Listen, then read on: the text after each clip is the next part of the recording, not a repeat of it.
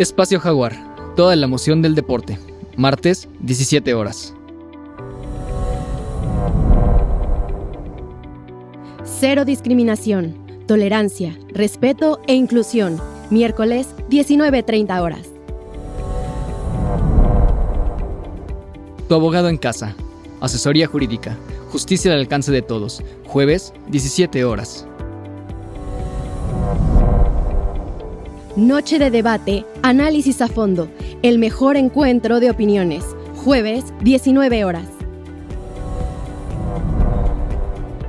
Recuento semanal. Información y análisis a fondo. Viernes, 12 horas. Noche de música en Jalapa. El deleite de la bohemia. Sábados, 20 horas. Desarrollo humano. Saca lo mejor de ti. Vida sana en mente sana. Domingos, 12 horas. Tu historia conmigo. La vida de las estrellas contigo. Domingo, 12 horas. Acrópolis. Comunica y trasciende.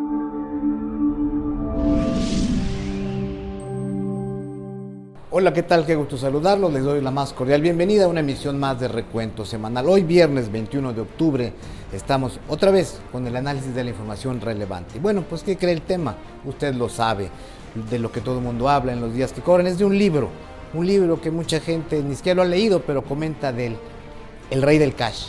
Este texto tan polémico que aborda desde la óptica de la autora, que fue pareja sentimental de un cercanísimo colaborador del presidente, pues lo que fue la trayectoria, la forma en que se financió el movimiento de regeneración nacional y pues toda esta historia tan polémica que tiene muy emocionados a los adversarios del presidente, pero que pues realmente poco aportan si lo vemos a detalle. Hablaremos también de los presidenciables de Morena, de qué han hecho, cómo van compitiendo para ganarse el ánimo justamente del presidente López Obrador, rumbo a la definición de quién será el abanderado de Morena para el año 2024. Tendremos también el análisis de lo que es la propuesta del presidente de la Junta de Coordinación Política del Congreso de Veracruz, Juan Javier Gómez Casarín, para desaparecer o cambiarle de nombre al Tribunal Estatal de Justicia Administrativa en una pretendida vuelta de tuerca al tema del combate a la corrupción y que bueno, de eso estaremos hablando. Recordaremos en otros reportajes el centenario de la llegada de Gabriela Mistral a México, un hecho cultural fundamental, de eso estaremos recordando, y también de la tragedia de los sobrevivientes de los Andes. Hace 50 años un grupo de deportistas se estrella, un avión se estrella en la cordillera de los Andes. Allá se quedan varados y es una epopeya de cómo lucharon para salvar la vida, una historia que conmovió al mundo hace ya 5 décadas. Pues de eso, de lo más relevante de la ciencia y la tecnología y de los temas que sabemos que a usted le gusta y que aquí preparamos siempre con un placer. Esto es Recuento Semanal. Soy Emilio Cárdenas y como cada viernes le doy la más cordial bienvenida y comenzamos.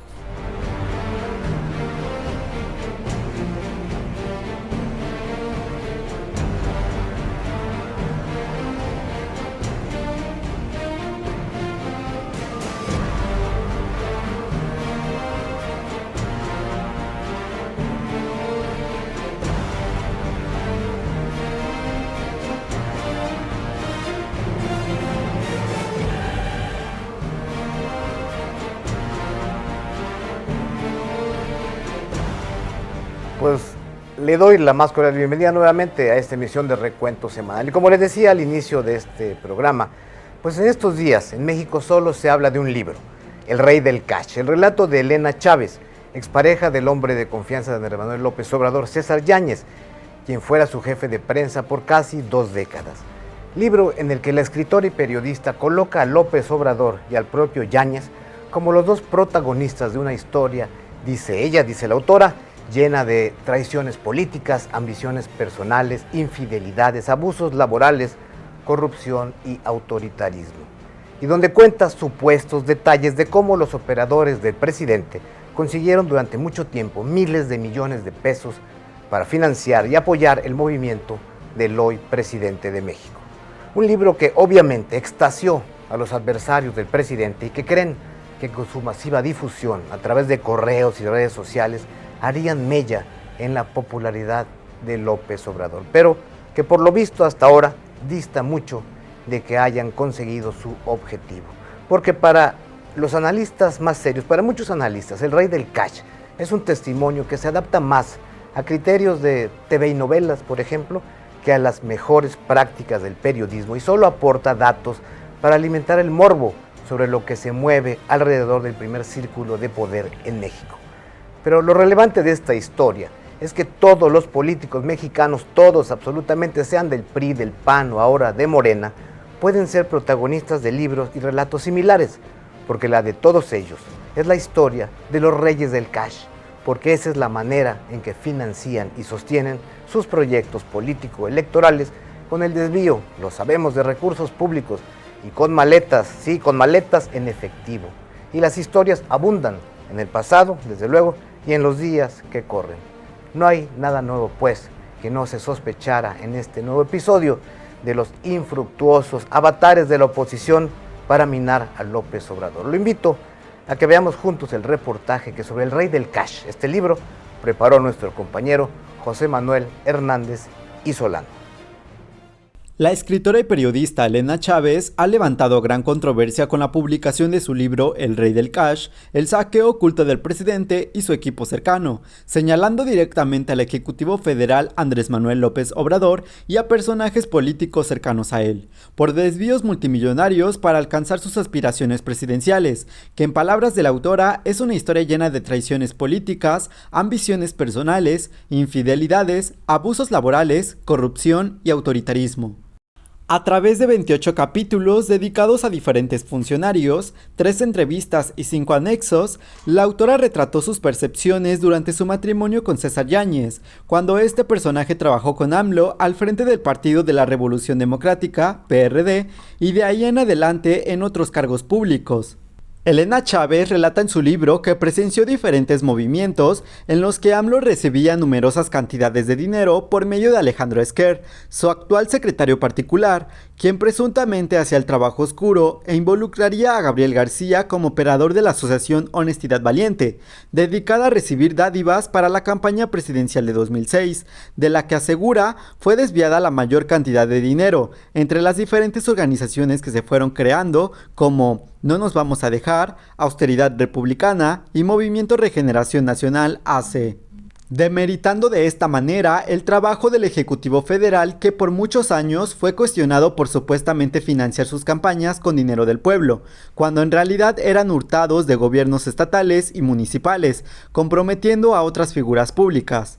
Tal fue el caso de Ariadna Montiel, actual secretaria de Bienestar, y que durante 2006 trabajó como directora general de la Red de Transporte de Pasajeros, RTP, que de acuerdo al testimonio, esta red habría sido la principal beneficiaria al financiamiento de Obrador. El presidente nacional de Morena, Mario Delgado, es otro de los señalados, por aparentemente crear una empresa de limpieza fantasma a través del financiamiento del Metro de la Ciudad de México, cuando era secretario de Finanzas durante la jefatura de gobierno de Marcelo Ebrard, quien también saldría salpicado por presuntamente entregarle dinero a AMLO en 2006, en el tiempo que perdió las primeras elecciones presidenciales, como parte de un acuerdo entre ambos. Claudia Sheinbaum, una de las favoritas para suceder al tabasqueño a la presidencia, no se escapa de la lista y aparece en el capítulo 24, señalada de alcanzar su puesto a base de un pago de cuota, por su entonces pareja Carlos Imaz, quien presidía el Partido de la Revolución Democrática en la Ciudad de México, pues aparentemente habría beneficiado a AMLO para que consiguiera la candidatura a la jefatura de gobierno, además de afirmar que Imaz fue delatado por Sheinbaum, luego de que se filtraran los videoescándalos de René Bejarano, apodado como el Señor de las Ligas, quien recibió dinero de Carlos Ahumada. Otra funcionaria a la que se cuestiona en el libro es Delfina Gómez, actual precandidata a la gubernatura del Estado de México, pero que se hizo famosa al revelarse que pedía moches a los empleados cuando fue alcaldesa de Texcoco. También destaca Alejandro Encinas, actual subsecretario de Derechos Humanos y Población, quien fue acusado de ser personaje clave para desarrollar el financiamiento ilícito en diferentes estados. El libro de Elena Chávez ha sido desprestigiado por el área periodística tras no contener ninguna fuente o alguna referencia que sustente los hechos, sino que cae en una opinión personal como lo que se le reprocha al personaje en cuestión. Al respecto, Andrés Manuel López Obrador minimizó la publicación calificándola de ser un acto de deshonestidad intelectual, aseverando que el contenido no tiene sustento alguno. Mientras tanto, personajes políticos de la oposición aprovecharon la oportunidad para sumarse a la ola de críticas y opiniones para desprestigiar a la Cuarta Transformación y devolver lo que por mucho tiempo fue reprochado en sexenios anteriores. El presidente Andrés Manuel López Obrador adelantó, como todos sabemos, el proceso sucesorio rumbo a las elecciones del año 2024 y ha hecho público que en su partido hay 5 aspirantes a la candidatura presidencial. Los funcionarios de su gabinete, el canciller Marcelo Ebrard, el secretario de Gobernación Adán Augusto López Hernández, así como la jefa de gobierno de la Ciudad de México, Claudia Sheinbaum, además del senador Ricardo Monreal y el diputado Gerardo Fernández Noroña. Estas son, pues, las cartas que el partido en el poder tiene para suceder a López Obrador. En 2024, Morena tendrá su segunda participación electoral presidencial y estará a 10 años ya de su fundación, por lo que se preparan para la contienda y destaca que en sus documentos básicos establecieron un candado de aceptación del proyecto de nación por parte de los aspirantes para garantizar que quien sea postulado represente las aspiraciones de esta fuerza política y desde luego el ideario del presidente y de su Cuarta Transformación. Lo interesante será ver, en todo caso, la cohesión interna que tendrá ese partido y la unidad que exista, llegado el momento de las definiciones. Vamos a ver el siguiente trabajo de nuestra compañera Ámbar Reyes sobre los presidenciables de Morena. Desde mediados del año pasado, el presidente Andrés Manuel López Obrador dio a conocer a los posibles aspirantes de Morena a la candidatura presidencial. Y desde ese entonces comenzó a popularizarse el término de corcholatas, para eliminar el concepto de destapado o el del dedazo.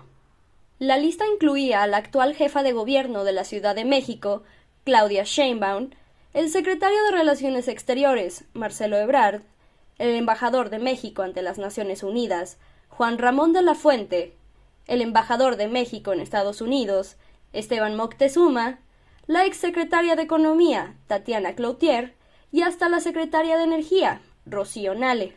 Esta última más bien busca contender por la gubernatura de Veracruz. Causó extrañeza que en esa ocasión el mandatario federal no mencionara ni al diputado del Partido de Trabajo, Gerardo Fernández Noroña, o al actual presidente de la Jucopo en el Senado, Ricardo Monreal. Más de año y medio ha pasado y la lista se redujo a 3 realmente viables: Sheinbaum, Ebrard y Adán Augusto López Hernández, secretario de Gobernación, quienes han estado compitiendo hasta en las redes sociales con tal de ganarse el afecto de la ciudadanía. Claudia Sheinbaum Pardo es quien, por poco, encabeza las preferencias para ser la banderada de Morena, de acuerdo con las encuestas. En más de una ocasión, la regenta de la Ciudad de México ha mencionado que el país está preparado para tener una mujer presidenta.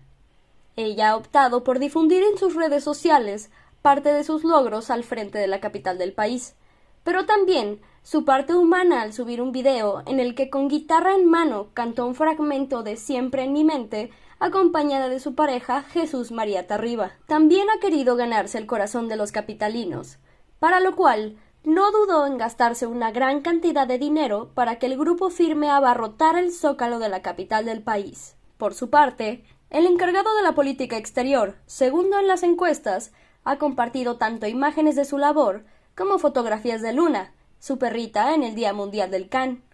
También causó gran éxito el mensaje que envió a los fans de BTS durante su viaje a Corea. Fue más allá al realizar un Facebook Live en el que dio su número de WhatsApp para estar en contacto directo con los ciudadanos.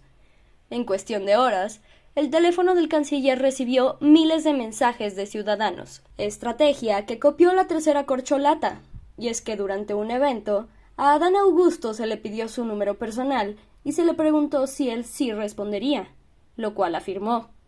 Lo cierto es que ninguno de los dos funcionarios le ha dado seguimiento a los mensajes de la ciudadanía. De los 3, el exgobernador de Tabasco es quien ha mantenido un perfil más bajo en cuanto a sus aspiraciones políticas. Tanto a Ebrard como a Sheinbaum se les ha visto realizando giras políticas alrededor de la República, lo que les ha traído notoriedad entre la población. Hace apenas unos días, AMLO optó por incluir en esta lista a Monreal, quien lleva meses expresando su deseo de llegar a la presidencia de México en 2024, así como a Fernández Noroña, diputado que no ha dudado en expresar que fácilmente podría ganarles a sus compañeros de movimiento. Ricardo Monreal ha optado por difundir imágenes como la alusiva a la película de Matrix, pero que tituló Monrix. Días después, también lanzó su propio rap en el que narra su carrera e interés de llegar a la presidencia. Finalmente, sin que esté en la lista, la empresaria y diputada federal de Morena, Patricia Armendáriz, también levantó la mano, considerando que los empresarios de la 4T podrían hacer un excelente papel para tratar de llenar los zapatos del presidente López Obrador. El presidente de la Junta de Coordinación Política y coordinador de la bancada de Morena en la 66ª legislatura del Congreso de Veracruz, Juan Javier Gómez Casarín, presentó una iniciativa para extinguir el Tribunal Estatal de Justicia Administrativa de Veracruz, el TEJAP, y crear en su lugar el Tribunal de Justicia Administrativa del Estado de Veracruz. Se llaman casi igual, pero bueno, no son lo mismo. Bajo el argumento, dice el diputado Gómez Casarín, de que esta institución, el TEJAP, no combate la corrupción y que incluso tiene retraso mucho tiempo en resolver asuntos.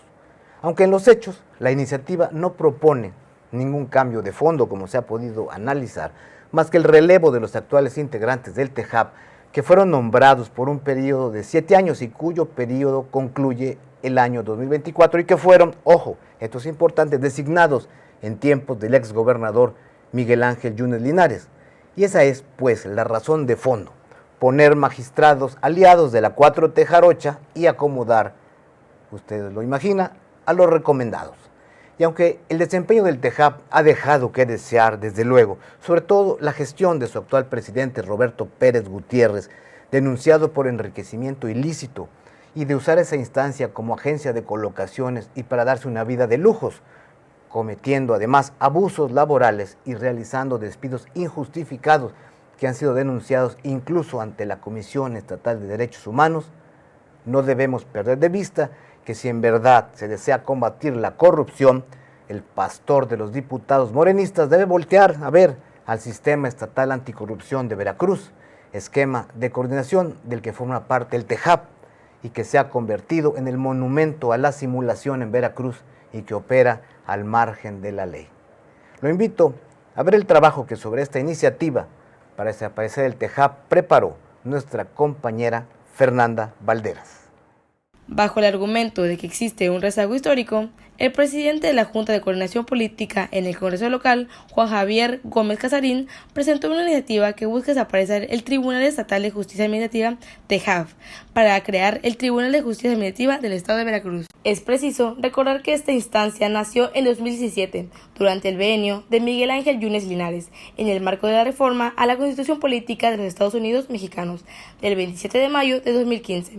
En la que establecían las bases para crear el Sistema Nacional Anticorrupción, que debía conformarse de órganos federales y similares a los 32 sistemas locales anticorrupción.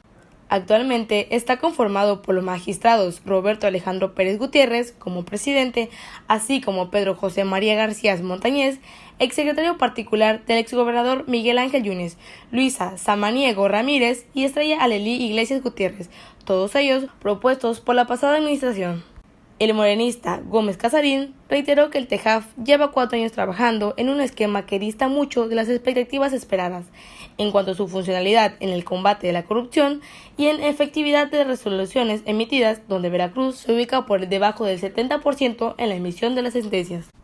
Asimismo, el legislador argumentó que es evidente la incapacidad de atender y resolver los asuntos del otrora Tribunal de la Contencioso Administrativo del Poder Judicial del Estado y dio como prueba que existen 4.721 asuntos pendientes que no han sido objeto de resolución alguna dentro del tribunal. Ante este panorama nada favorable en materia de combate a la corrupción, el diputado consideró que se solucionará extinguiendo de origen los vicios que han permeado en el órgano encargado de impartir justicia administrativa en la entidad, para lo cual propone una serie de medidas, entre ellas la integración de los magistrados, ya que actualmente, según Gómez Casarín, no poseen ni la calidad ni la equivalencia a un magistrado judicial.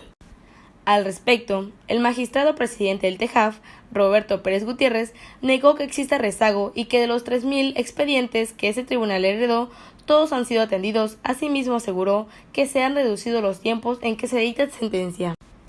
Y fue más allá al indicar que ese tribunal es el más transparente, moderno y austero en Veracruz, pues tiene publicado el mayor número de sentencias por magistrado, cuenta con un juicio en línea y todos sus expedientes en trámites están digitalizados y funciona como el menor presupuesto. Además de recordar que el anterior tribunal en materia contenciosa administrativa ya operaba con salas regionales como se propone ahora y el rezago era aún mayor.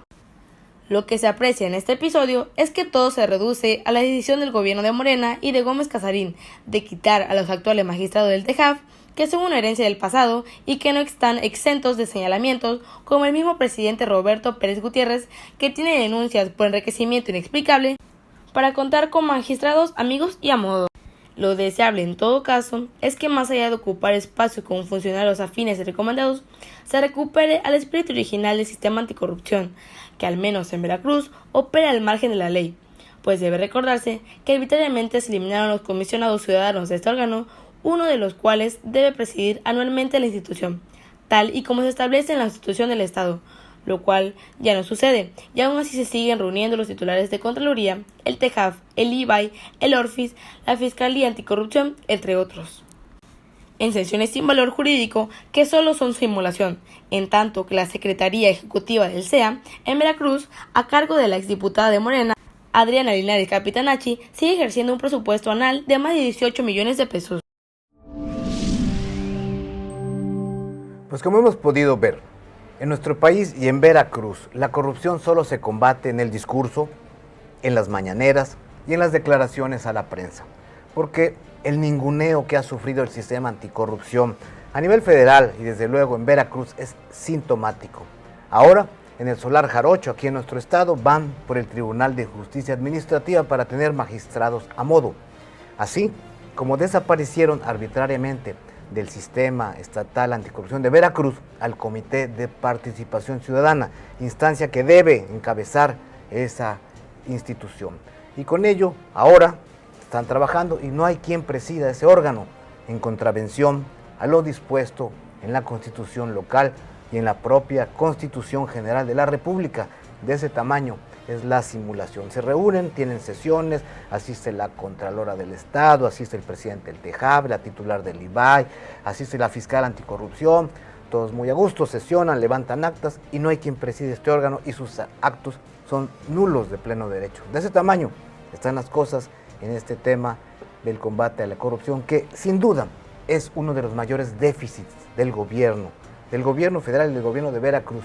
Una ardorosa bandera, la del combate a la corrupción, que fue arriada rápidamente apenas se hicieron del poder. Vamos a un corte y regresamos aquí a su programa Recuento Semanal.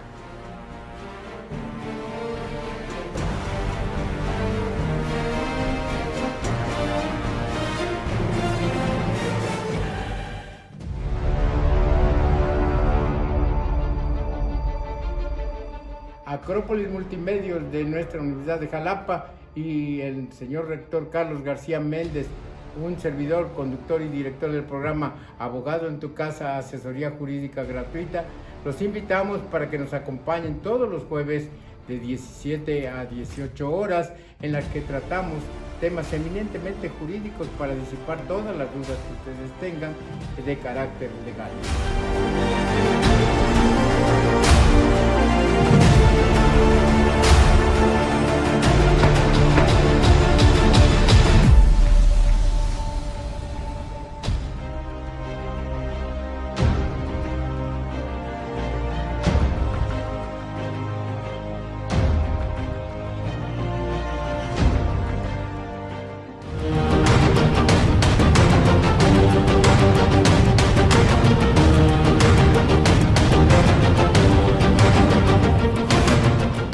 Te invito a que conozcas historias de personas que ya gozan de las mieles del éxito para que su experiencia y enseñanza te ayuden fácilmente a llegar ahí. Descubre cómo reconfigurar tu mente y tu cerebro para dotarlos de patrones de excelencia y sean tus grandes aliados. Soy Roberto Garrido, Mental Coach, Máster Internacional certificado en Programación Neurolingüística y te invito a que nos veas domingo a domingo a las 11 horas México por Acrópolis Multimedios. Desarrollo Humano, un programa diseñado por Acrópolis Multimedios y un servidor para ayudarte a sacar la mejor versión de ti mismo. La fortuna está del lado de quien aprende y se atreve a trascender.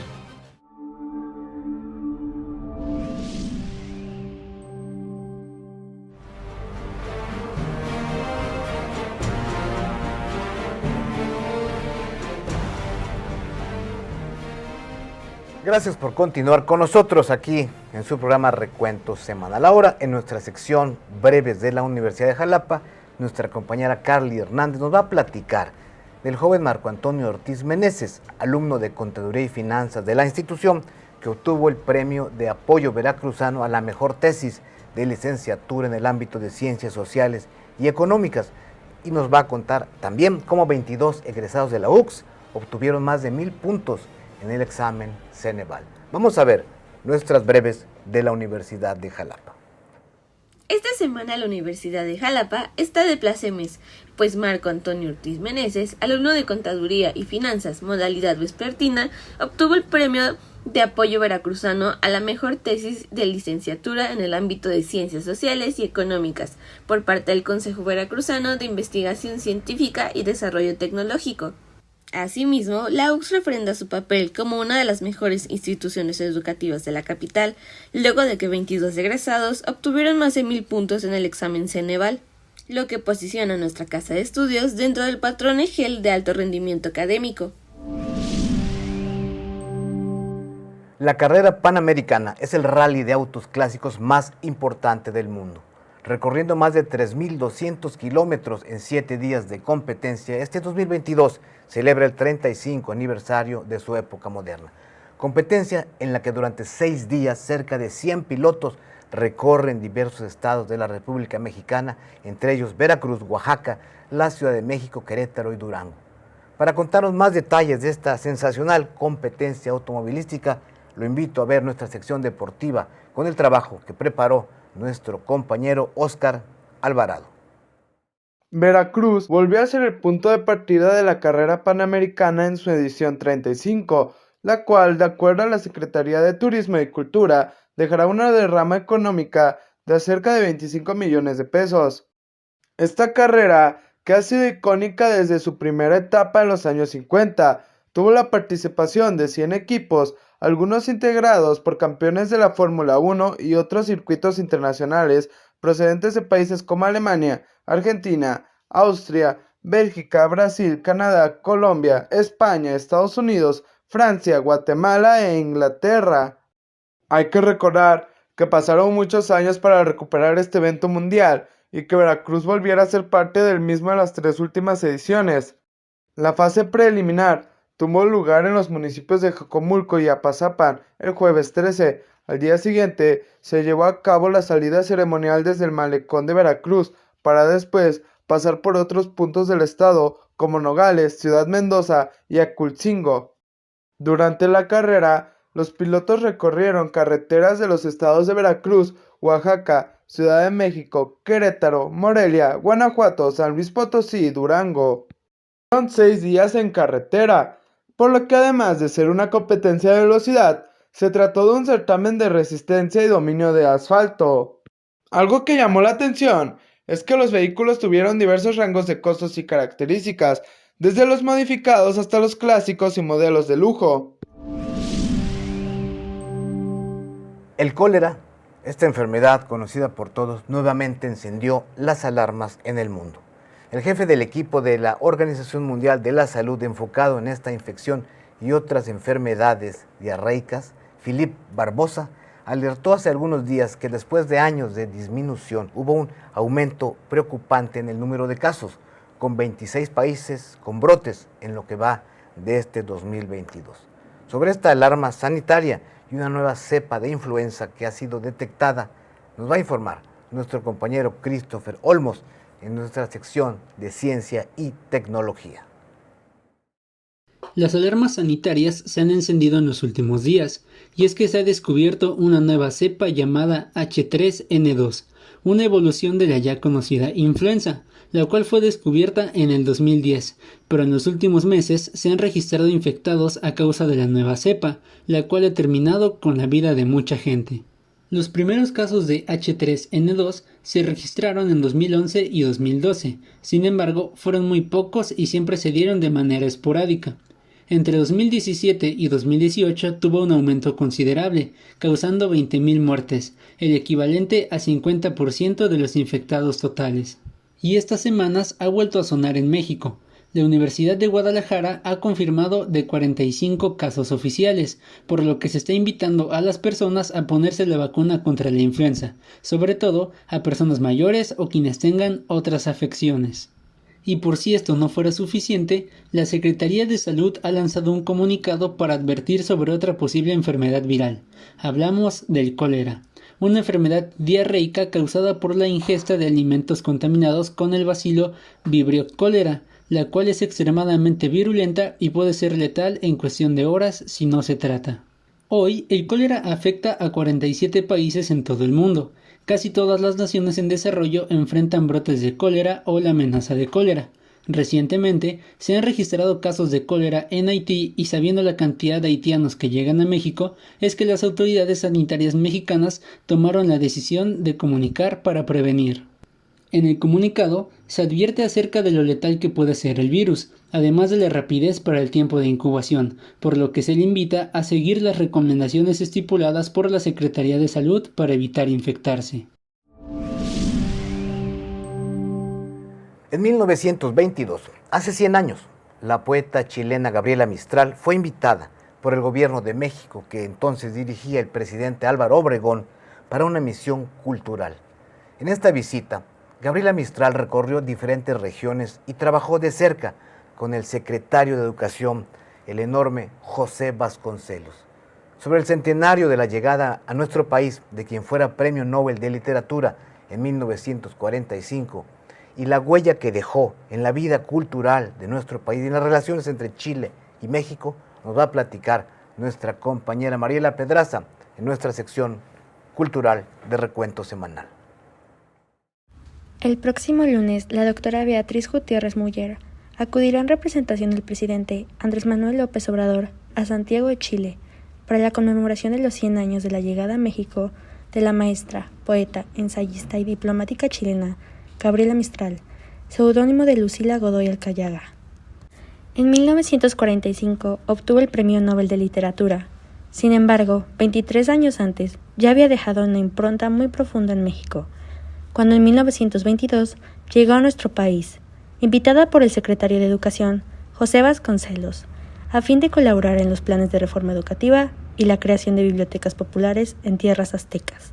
La poetista chilena puso particular atención en el despliegue de maestras y maestros en su tarea de alfabetizar y en la creación de escuelas rurales, pues su mayor compromiso era con la enseñanza de niñas, niños, mujeres y hombres de los más pobres. Además, luchó en México por la educación para las niñas, argumentando que debía instruirse a la mujer, pues decía que no hay nada en ella que le haga ser colocada en un lugar más bajo que el del hombre. Durante su estancia en México, Gabriela Mistral pasó por la capital veracruzana y a lo largo de 2 años se estableció en la hacienda del Lencero, lugar que por cierto resguarda una escultura en su honor, elaborada por el escultor yucateco Andrés Peraza. En este tiempo, la ensayista dio conferencias a los maestros de la Normal Veracruzana. Estuvo en el Colegio Preparatorio de Jalapa, siempre con el ánimo de contagiar su amor por la enseñanza. Hace 100 años, en el puerto de Veracruz, Gabriela Mistral llegó a México sin dimensionar lo que significaría su estancia y lo que México significaría para ella. Se cumplen 50 años de la tragedia de los Andes, un accidente aéreo que dejó en la cima de esa cordillera sudamericana a un puñado de sobrevivientes en medio de la montaña, el hielo, la nieve y la desesperanza, y que protagonizaron una epopeya que habría de convertirse en referente mundial de la fortaleza humana para aferrarse a la vida, historia que inspiró libros, reportajes, documentales y películas. Ahora la plataforma Netflix ha anunciado que realizará una nueva producción sobre este suceso que conmovió al mundo en 1972. En su sección Detrás de Escena nos contarán sobre todo esto en un trabajo preparado por nuestro compañero José Manuel Hernández y Solano. Este mes conmemoramos el aniversario número 50 de una increíble historia de sobrevivencia, la llamada tragedia de los Andes, el accidente aéreo en el que viajaban 45 individuos y en el que sobrevivirían 16 de ellos, en una travesía inimaginable que se quedaría marcada por el resto de sus vidas y que sería recogida en numerosos libros, reportajes, documentales y películas. Un 13 de octubre de 1972, un equipo amateur uruguayo de rugby del colegio All Christian, junto a algunos de sus parientes, viajaban en el avión 571 de la Fuerza Uruguaya, desde Montevideo a Santiago de Chile, a fin de enfrentarse en un partido amistoso, pero el vuelo se convirtió en una pesadilla cuando la aeronave se perdió en la cordillera de los Andes, al ser azotados por una tormenta. De acuerdo a investigaciones, todo esto se generó por un error de cálculo del piloto, y aunque trató de corregir su rumbo, esto fue demasiado tarde y el avión se impactó contra una cima, lo que generó que se le desprendieran ambas alas y cayera a 750 metros de distancia. Los expertos afirman que ninguna persona podría sobrevivir a un accidente de tal magnitud. Sin embargo, este fue un milagro, pues 33 de los 45 pasajeros aún se encontraban con vida, aunque perdidos en un área recóndita, rodeados de cientos de kilómetros de hielo y nieve. En una escena de terror donde quedó gente muerta y herida por doquier, los sobrevivientes tuvieron que ingeniárselas para resguardarse en el fuselaje del avión, sin alimentos suficientes y desabrigados ante una temperatura de 30 grados bajo cero. La poca comida que encontraron en las valijas cubrió con dificultad la mínima alimentación de cada uno de ellos, y con el pasar de los días, en la espera de que fueran rescatados, escucharon la terrible noticia en un radio portátil que lograron hacer funcionar de que las autoridades suspendían las labores de búsqueda al dar por muertos a todos los pasajeros del infortunado vuelo. Ante la inexistencia de alimentos, el grupo concluyó que la única forma de sobrevivir era alimentándose con los cadáveres que el hielo conservaba en los alrededores de los restos de la nave siniestrada. Ello incluyó el pacto de que en este acto de canibalismo respetarían a algunos familiares fallecidos y de que los sobrevivientes autorizaban que en caso necesario, sus cuerpos también serían utilizados para este fin. Luego de 61 días a la deriva y tras varias expediciones fallidas, 3 de los involucrados, Fernando Parrado, Roberto Canessa y Antonio Vicentín, emprendieron una larga caminata de 8 días en la búsqueda de alguna señal de vida, siendo el 20 de diciembre cuando se toparon con un arriero chileno llamado Sergio Catalán, a quien a través de una nota le explicaron la situación, y ello permitió que a los siguientes 2 días fueran rescatados en su totalidad los sobrevivientes de esta historia, que al conocerse a detalle conmocionó al mundo entero. Existe una película del año 1993 mundialmente conocida llamada Viven, del director Frank Marshall, basada en el libro homónimo de Pierce Paul Reed de 1974, que ofrece una recreación a detalle de los eventos registrados por los sobrevivientes.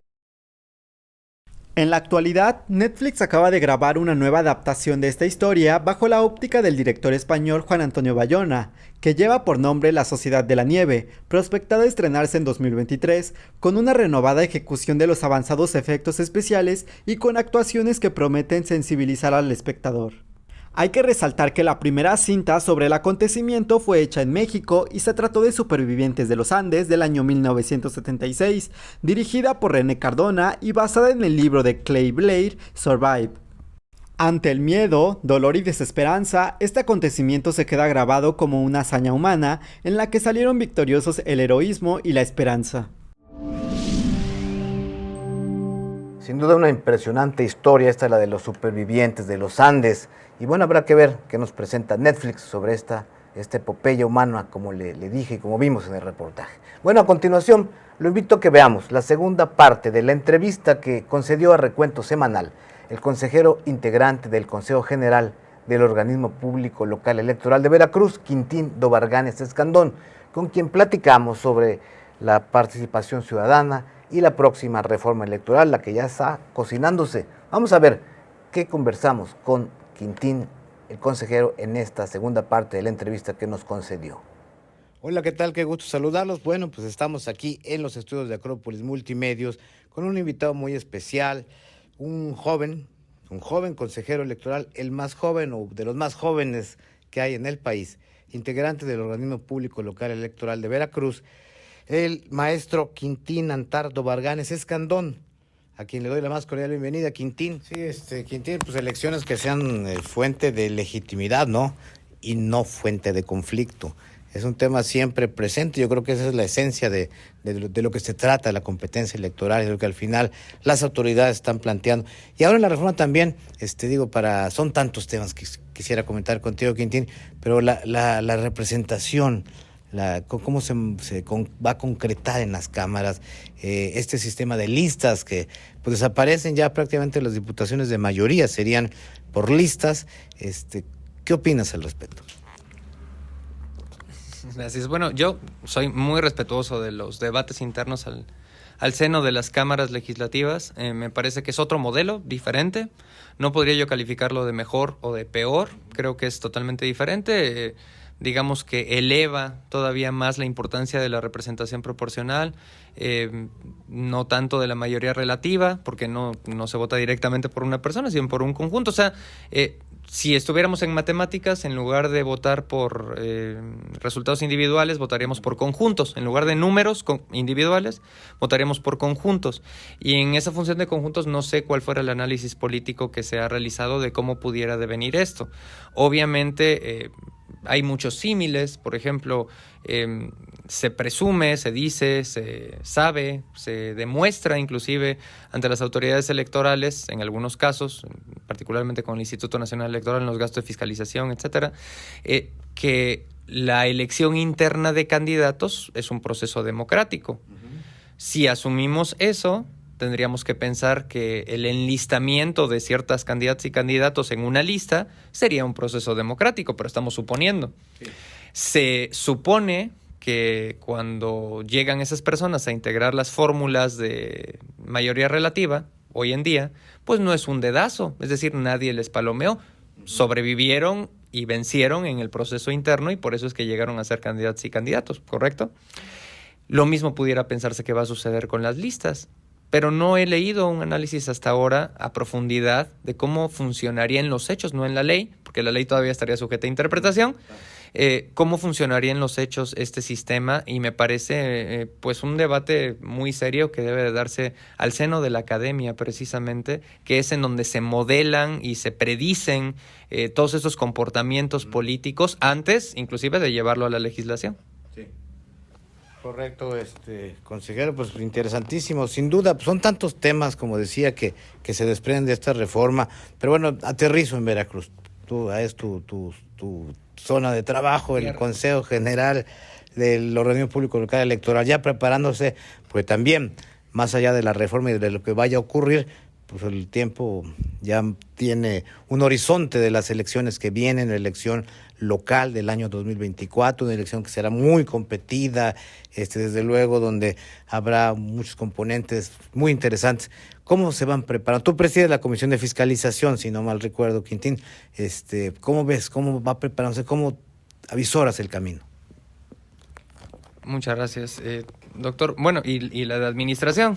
Bueno. En el caso de la de... La lana, pues. Sí, en el caso de la de fiscalización, la verdad es que fiscalizamos, supervisa, ni siquiera fiscalizamos, supervisa la Comisión de Fiscalización un proceso de prevención sobre los 4 partidos políticos que se aprobó la pérdida de su registro, que está en tribunales, etcétera, ¿no? Pero del lado de administración, efectivamente acabamos de aprobar en el OPLE Veracruz el presupuesto, el anteproyecto de presupuesto del OPLE Veracruz, que solicitará al Congreso del Estado. Y bueno, pues estamos ya incorporando ahí alrededor de 621, 623 actividades en el programa operativo anual. Y muchas de ellas, gran cantidad de ellas, van enfocadas hacia la preparación del inicio del proceso electoral. Por código electoral, el OPLE Veracruz se instala a principios del mes de noviembre del año previo a la jornada electoral, o sea, en 2023, para preparar el proceso de 2023-2024. Y bueno, ahí se tiene que comenzar, evidentemente, con una serie de acciones, de manera previa inclusive, de manera previa en preparación y en ejecución muy temprano en el 2024, todavía sin terminar, inclusive 2023, como es por ejemplo el arrendamiento de espacios para poder llevar a cabo las convocatorias de la integración de los consejos distritales, de 30 consejos distritales que vamos a tener en todo el estado, y estamos hablando de cabeceras distritales. Por un lado. Por otra parte, se comienza también a ver el tema de las convocatorias para la integración de esos consejos.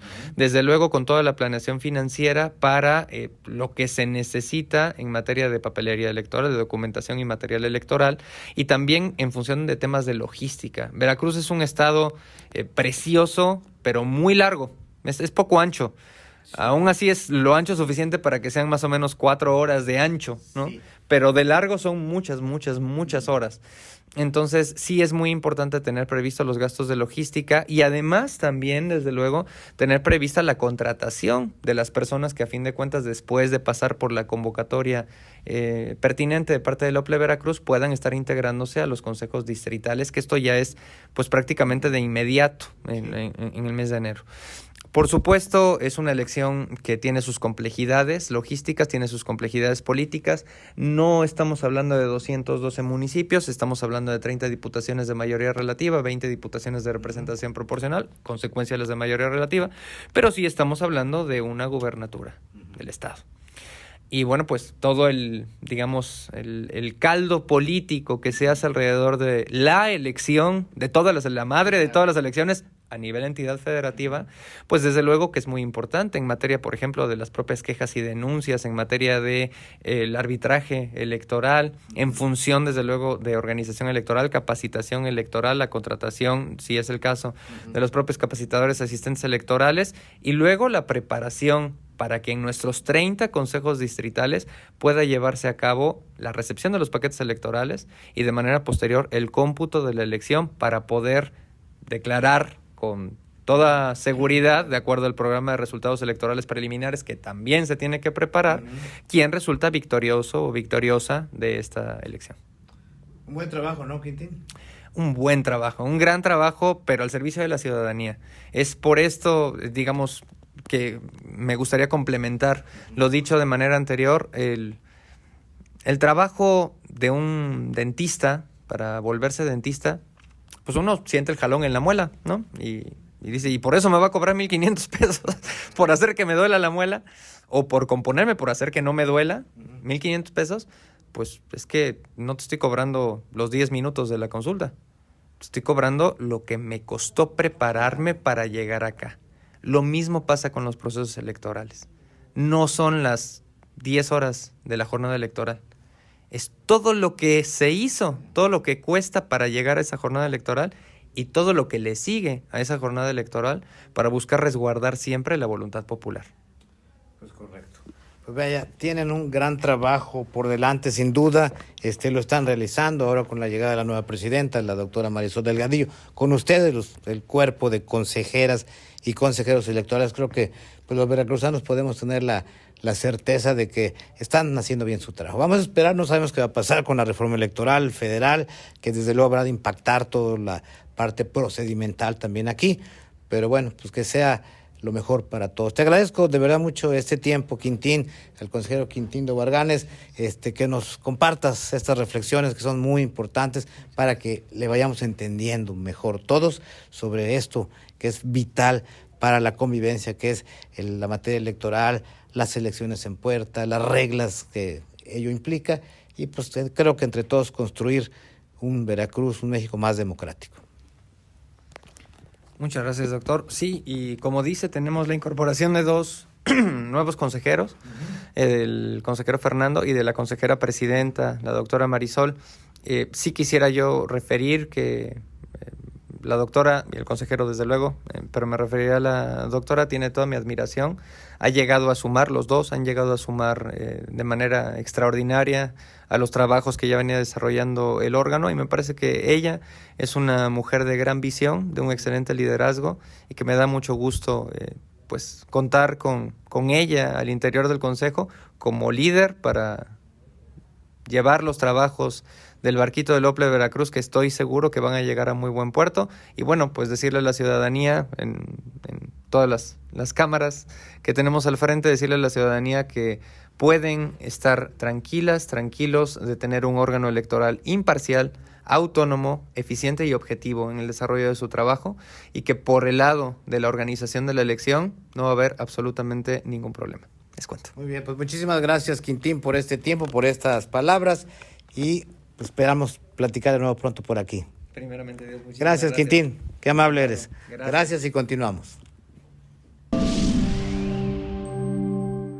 Pues hemos llegado así al final de una emisión más de Recuento Semanal. Lo espero en 8 días en este espacio donde seguimos el análisis de lo más relevante del acontecer noticioso, del mundo de la cultura, de los deportes y de los temas que a todos nos interesan.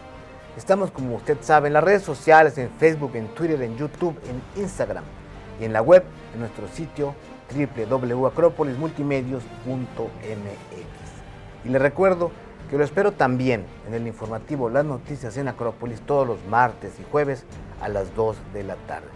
En nuestra próxima emisión, le adelanto, analizaremos varios temas importantes. La decisión que habrá de tomar el Congreso de Veracruz respecto a la aprobación o no de la cuenta pública 2021, un tema muy polémico y que ha sido motivo de un gran debate. Y tendremos un trabajo además sobre la denuncia por desaparición forzada que un grupo de familiares de desaparecidos llevó ya ante la Corte Penal Internacional y donde señala a policías veracruzanos que desde la época de Javier Duarte y hasta los días que corren han estado implicados en este delito de lesa humanidad. Va a ser un tema muy relevante.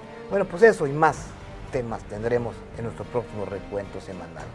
Agradezco como siempre su compañía. Soy Emilio Cárdenas, le agradezco que esté aquí con nosotros y le recuerdo que si quiere usted saber y trascender, cada viernes no se pierda Recuento Semanal. Gracias y hasta la próxima.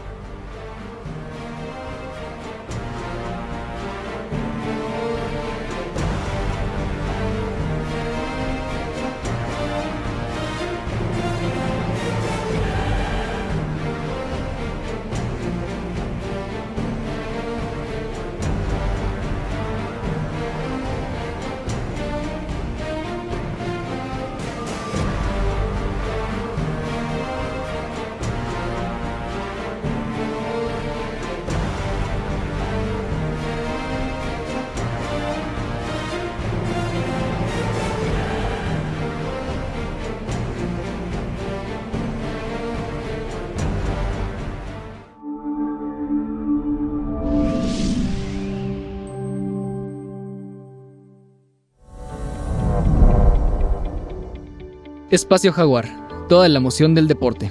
Martes, 17 horas. Cero discriminación, tolerancia, respeto e inclusión. Miércoles, 19:30 horas. Tu abogado en casa. Asesoría jurídica. Justicia al alcance de todos. Jueves, 17 horas. Noche de debate, análisis a fondo, el mejor encuentro de opiniones. Jueves, 19 horas. Recuento semanal. Información y análisis a fondo.